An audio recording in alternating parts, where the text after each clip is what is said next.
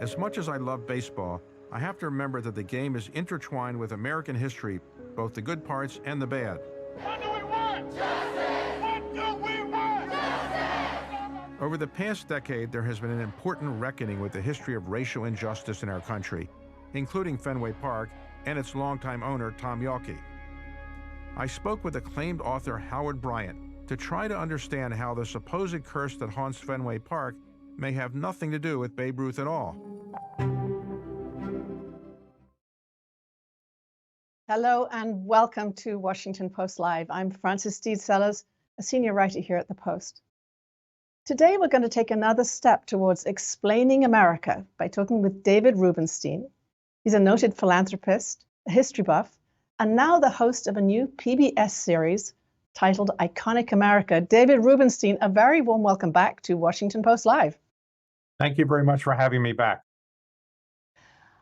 I was fortunate enough to have a sneak preview of several shows in your series, which launches tonight on PBS. And David, I wanted to ask you, what's the intent of this series? And what were the ideas behind it? How was it conceived? Well, the idea is to educate people about American history. It's generally been my view that Americans don't know enough about their history. And the theory of history and the study of history is that you learn from the mistakes in the past or the good things in the past, and you make improvements on the good things in the past, and you avoid the things that you did wrong. So Americans right now have a relatively modest appreciation of American history, and young people are not learning history very much. Something like 2% of college students today are majoring in history, down from about 10% many, many years ago. So we are really obsessed with STEM education. STEM education is great, but history can teach you a lot as well. And what we try to do with this series is to take 8 iconic American symbols and say, here is what you know about them a little bit, but here's what you should know about them, the good and the bad, with the idea of whetting the appetite of the viewers so they might go back and learn more about these symbols, but also learn more about American history because they'll find other symbols that they might want to know more about. So, David, I think you'd start tonight with Fenway Park at the risk of alienating some Yankees fans. But you'll be talking about the Gadsden Flag, the Don't Tread on Me flag, the Statue of Liberty, and some very big and important American symbols, the Hollywood sign included. What's the throughway? What's the common thread through the places you picked, and how did you pick them? The common thread through all of these is that we know little about these symbols compared to what we should know because we don't know much about the history. We've ignored the history. As an example, the Statue of Liberty had nothing to do when originally conceived with welcoming immigrants to the United States. It was a sign of Franco-American friendship and really designed to thank America for ending slavery. That's what it was all about. The Hollywood sign is not really designed to tell you about Hollywood and the making of movies. It was really a land development site. It used to be called Hollywood Land, and they were trying to sell houses on that site, and they ultimately took the land part off. So it teaches you more about the symbols and the history and the good and the bad. For example, the Gadsden Flag, which says "Don't tread on me." Well, that was conceived by Christopher Gadsden, a South Carolina revolutionary fighter who was also a prominent slave owner. He ultimately came up with the idea for this flag, and it was used to say to the British, "Don't tread on me, leave us alone." Ironically, people who are now against our government, not a foreign government, are using the same flag in protest at January 6th or things like that. I'm just fascinated by this evolving use of symbolism, but I'm not the only person who gets to ask questions today. We have a wonderful question coming from one of our viewers that I want to ask you right now. It comes from Kathleen Pegg in Virginia, who asks, who or what inspired your curiosity and passion for history and the arts? A personal question there and a great one from Kathleen Peggs. Well, like any question, there's probably multiple answers. I did work in the White House when I was a very young man, from the age of 27 to 31. And when you work in Washington, D.C., and you work at the White House, you do get a sense of history. And I've lived in Washington for the ensuing 40 plus years. And so I'm surrounded by history all the time. In the arts, I think that arts are something that shows you the apogee of the human brain, and it shows you what people can achieve. Picasso in the arts, or Shakespeare in writing, or Beethoven in music, and just appreciate what humans can do when they put their brain towards creating something really wonderful is something that I enjoy. And I also enjoy the fact that the arts brings people together. In the Kennedy Center, for example, when people leave a show there, they don't cry, they generally are happy. And also it tends to eliminate some of the partisanship we often see in Washington. So I like the arts for that reason. One of the shows that I did get to watch was about the Gadsden Flag, and there's a fascinating history there. And I'd love to just show a clip now to give our viewers a sense of these very, very varied symbolic meanings behind the flag. One of America's most well-known symbols is being blasted as racist. It absolutely has been hijacked, but it always has been. Like any cultishly popular symbol, everyone's going to reappropriate it for their own purposes. The Gadsden flag can represent America in that independent pride and everything, and yet be divisive at the same time. It was just this contrast, this conflict that was just a part of how we created this nation. I don't view it as a political flag. It's a war flag, in my opinion. It has to do with race, but it's aimed at the government. This is a symbol of hate. There's no redeeming it anymore. One city council member said that this flag, which was presented by Colonel Thomas Gadsden of the Continental Army and the Continental Congress to the Congress in 1776, was like the Nazi flag. At the end of the day, flags want to bring about reactions. And that's what the Gadsden flag is doing still. Oh, wow, what a summary at the end there. But David, you spoke to one of my colleagues, I know, for a story when you talked about the process of learning history and realizing how little you know along the way. So tell me a little bit about the personal experience of learning about that flag. Well, I didn't know that much about it. Obviously, every American knows the red, white, and blue. And we know that we have 50 stars in the flag to symbolize the 50 states and 13 stripes to symbolize the original 13 colonies. And flags are symbols. What is a flag? It's a piece of cloth, but it's a symbol of other things. Every country has its own flag. Many organizations have their own flag. It's a way of, in a short way, saying, I am an American if you're waving the American flag, or we even pledge allegiance to the flag, or things like that. The Don't Tread on Me flag was designed to say to the British, leave us alone. We want our rights, and we want the rights that we were promised when our colonies were set up, and you're taking those rights away by taxing us or putting troops here and things like that. So you could argue that it was a flag that was a symbol for people trying to get freedom from the British. Now, ironically, our own government, or the government that was created after the Revolutionary War, is the one that people are now saying, don't tread on me, as to them, as to that government. And so the irony is that the flag has been used a bit by people who are now against the same government that was created when the flag was first put together. So it's somewhat ironic. It's somewhat unfortunate too, because many times people who are using the Don't Tread on Me flag now, I think are often doing so for reasons that I think may not be in the real public interest. But David, step back a little bit for me on this. What is the importance or significance of a flag and other very central symbols to a country that's really based on ideas and ideals rather than ethnicity or even shared borders necessarily? Well, this country was created on a very novel concept, a representative democracy, very novel. It hadn't been done in centuries. And it was allowed the American people, at least Christian male property owners, were allowed to vote. That was a step forward from other governments in Europe and so forth, but it obviously wasn't what we want and what we have today. But the concept of creating out of whole cloth a new country was a novel concept. And we had the most famous sentence in the English language that was used to really inspire the country. We hold these truths to be self-evident, that all men are created equal, that they're endowed by their creator with certain unalienable rights, and among these are life, liberty, and the pursuit of happiness. You could argue that that from Thomas Jefferson in the Declaration of Independence is the creed of our country. Now, we've been trying for hundreds of years to live up to the creed, but that's the creed. Now, those are ideas. But you can symbolize those ideas with a very simple picture or a very simple flag. So a flag, the American flag, is designed to symbolize everything the United States represents, the good and the bad, you could argue, but certainly most people would say the good. And the Don't Tread on Me flag is designed to symbolize a fight against oppression. We used it initially in this country to fight against the British as a sign of oppression. Now it's being used by people in this country who are not happy with the current government and use it as a symbol of oppression that the current government is putting on them. You talk and then that clip, we saw people talk about co-opting these symbols, and there is probably more than almost any other time a battle now going on over history, how we read history, how we look back at our past. If you said, what do you make of it? Why is it happening right now? And do you hope your show is going to somehow counteract the polarized sides of that battle?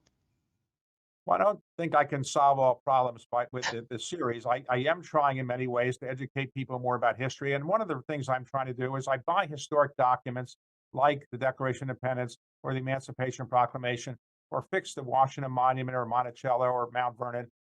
Why do that? Well, the truth is you can see what's in the Declaration of Independence on a computer slide.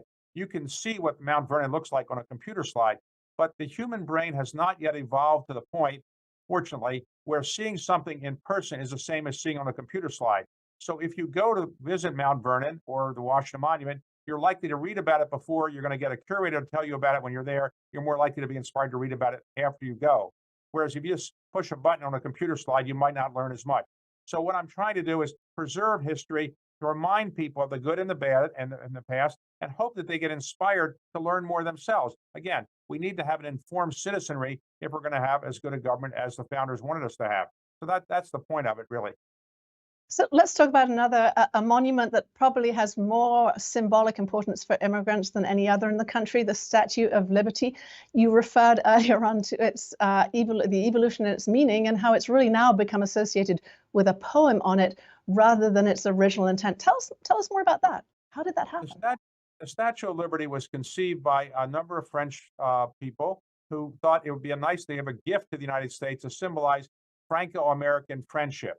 But one of the reasons they were inspired to do it is because the United States had eliminated slavery. Slavery had previously been eliminated in France. So it was both a symbol of Franco-American friendship, but also a symbol of eliminating slavery and a thank you for doing that.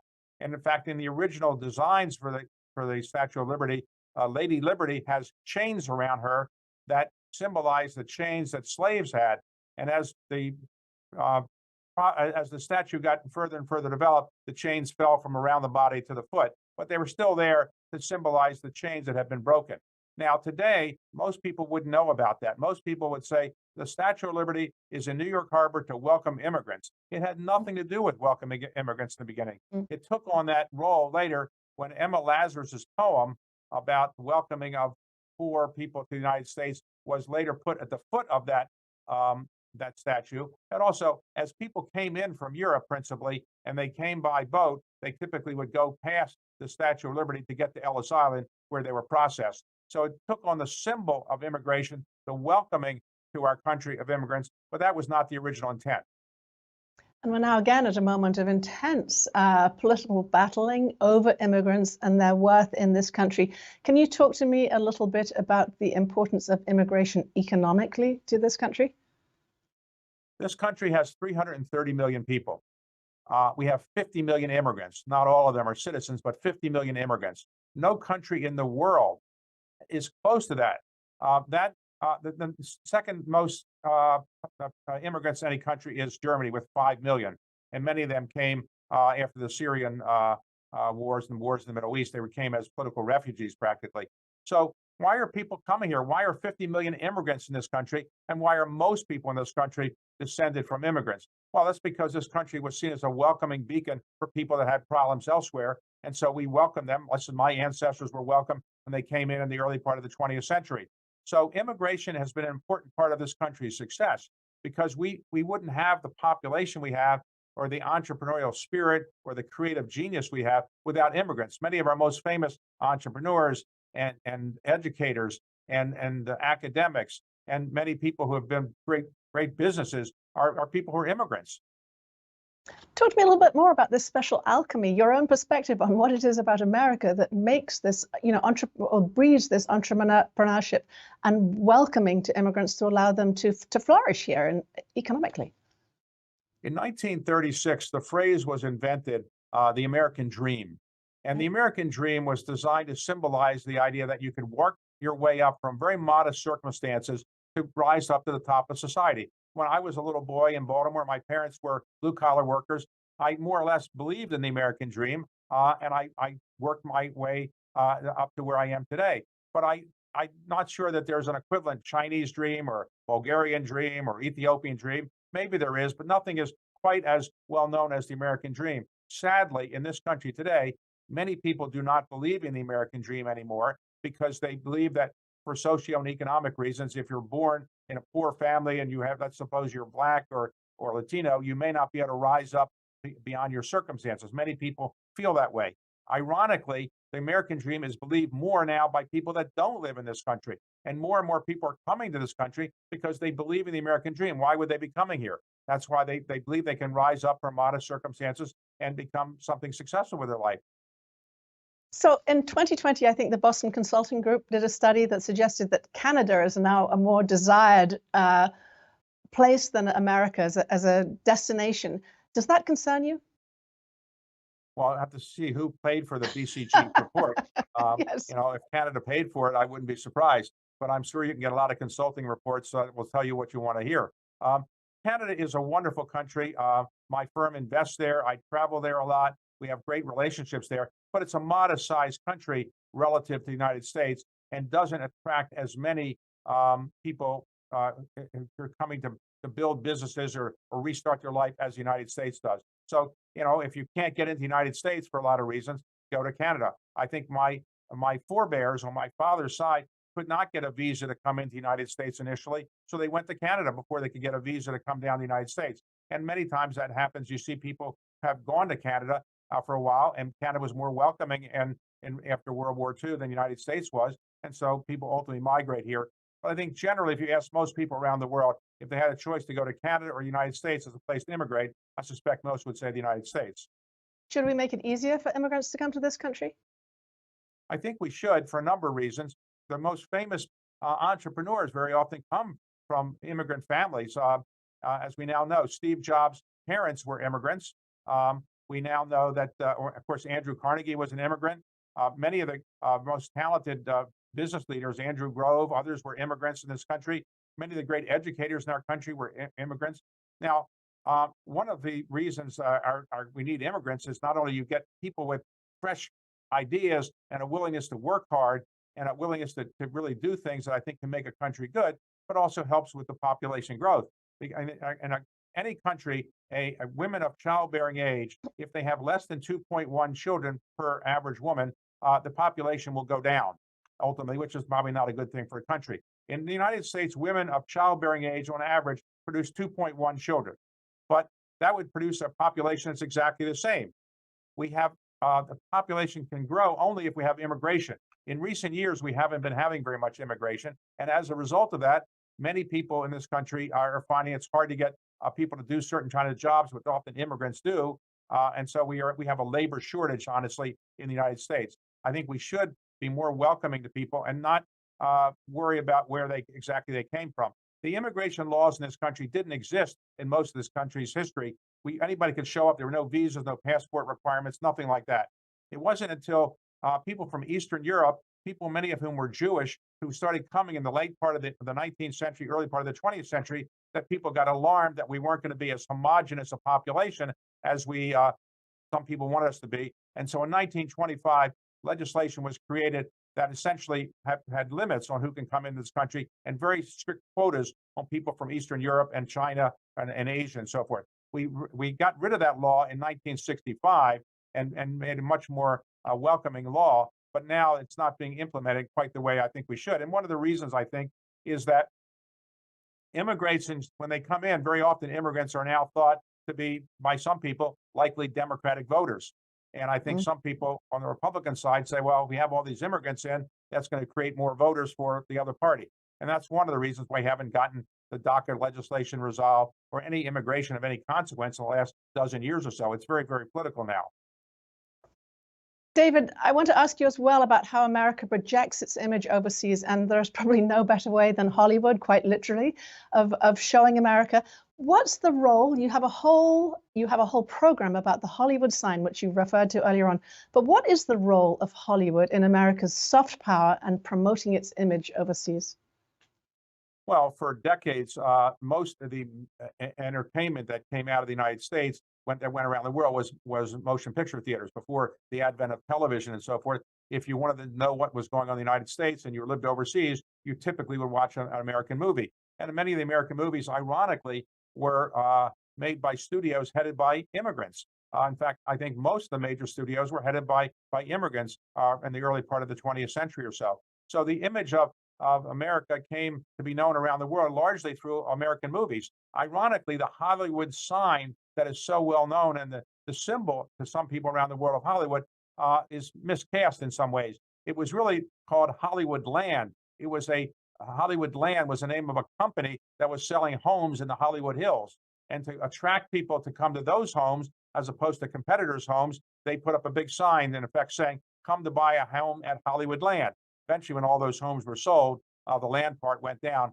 Hollywood, as we probably all know, is not the place where movies are made. They tend to typically be made in Burbank or other parts of Los Angeles. They're not really made in Hollywood. If you go to Hollywood itself, Hollywood proper, you see Grauman's Chinese Theater and a lot of T-shirt shops and so forth, but there are no movies actually being made there. David, a quick question, sort of overview question about making this series. Did it confirm your views of America, or did it change your perceptions of what this country is really all about?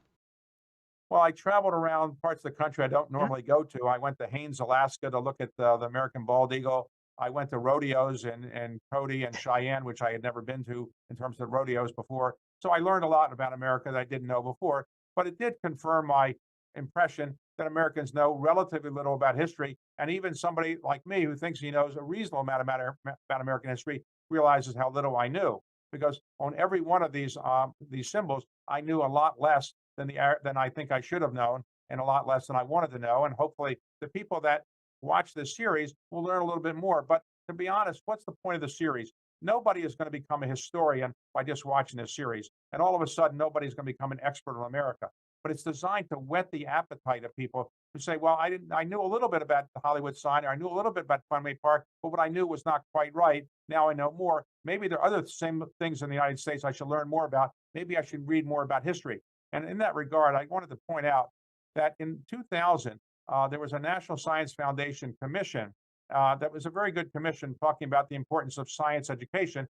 And they developed an acronym called STEM, Science, Technology, Engineering, and Mathematics. And it was said that we need to have more STEM education in this country if we're going to compete against the Chinese. We used to want to compete against the Russians. Now we're competing against the Chinese. Well, the truth is it worked, because that acronym scared a lot of people into making certain their children would be majoring in STEM subjects, and making certain that employers knew that they majored in STEM subjects. It was thought to help you get a better job and so forth. The result is that the majoring in history has gone down dramatically. Less than 2% of American history college students now major in history. And the result is people are knowing less about our history. And I just wanted to point out to people, as I've tried to do in talking about this, that people that major in history or politics or government or English, they can get good jobs too. When I've interviewed people at Carlyle over the 40 years, I've never asked people what they major in, because I don't really care. It's other qualities I'm interested in. So the major that you have is not so important to me, at least. And I hope we can get across the message that you can major in history or learn something about American history, and it's not going to make you a less effective person. So David, I need to let another audience member ask a question. This one comes from Everett Dennis in Oregon, who asks, is there a way for shared values and majority views per public opinion to reduce the dogmatism of partisanship in contemporary America? Well, of course, if I had the easy answer to that, I'd be in Iowa, New Hampshire. But I'm not going to go there. Don't worry. I'm too young to run for president. I'm only 73. So at that age, I wouldn't be qualified. I'd be not experienced enough. But to be very serious, the money in our political system is so significant that it just drives people to the left and the right. So you raise money in politics by appealing to the far left and the far right. You don't raise money in politics by saying, I'm going to be right down the middle, and I'm going to give everybody on each side a chance to express their views to me, but I'm going to try to come up with a compromise right down the middle. That doesn't get very far. And members of Congress tell me that all the time. I host a dinner in front of members of Congress once a month on American history, where I interview a great historian. Most recently, let's say John Meacham about his new book on Lincoln. And members of Congress love to come because there's no press there. Nobody can see they're fraternizing or sitting with people from the opposite party. It's not a fundraising kind of thing. And it's something that members say it's the most enjoyable thing they're doing as a member of Congress. And I don't do that to pat myself on the back. It's just that it shows that there's so little bipartisanship and such a little opportunity to come together that when one event is like that in Washington, D.C., people really enjoy it. I think unless we eliminate significant amounts of money from politics, I don't think we're going to change the system anytime soon, unless there's a national crisis, which I don't want to have, or some emergency like 9/11, where we come together temporarily. But I think right now, money is such an endemic problem that we have, and I just don't see it changing anytime soon. And inequality. David, President Biden has announced his re-election bid. You served in the Carter administration. We're now witnessing incredible rifts. What do you see as a historian now? Do you see us as in unprecedented times, or do you see this moment of rifts as just one of the phases in American history? At any given time, people are always saying this is the worst time in history. At any given time, people are saying the young generation is not going to be good enough. You know, George Washington's father used to tell him, your generation isn't going to be good enough to really lead this country, and so forth. So this has been going on for thousands of years. Right now, I do think that we have some real challenges in the country. We always have had challenges. But I like to remind myself and remind everybody else, it's not the Civil War. During the Civil War, 3% of the population of this country was killed during the war. And the country was, in a violent type of civil war that really probably took a generation or two or three to really overcome the effects of. So we're not in that situation now. People are not shooting each other in the Congress or things like that, which did happen. And people were fighting with each other in the Congress during the Civil War period of time. We're not having that now. But I do think it's a situation where, because of social media, everybody knows everything that's going on instantly, and it's easy to inflame people quite readily. So I am worried about it, but I don't think it's the worst of all times. I have a question about a potential candidate. Glenn Youngkin, he was co-CEO of the Carlyle Group, I think, for a while. Do you think he's going to jump into the race? I haven't asked Glenn about it. I've consciously avoided asking him about that. He was co-CEO here. I hired him about 35 years ago or so and did a very good job at Carlyle. He left to go into public policy, which he had a real interest in. I can't tell you whether he's going to run or not. I just don't know. But I know he's, he really enjoys what he's doing, and I wish the best for him and his family. It's a wonderful family with his 4 children and his wife. Terrific family, but I just don't know what his political interests are at this point.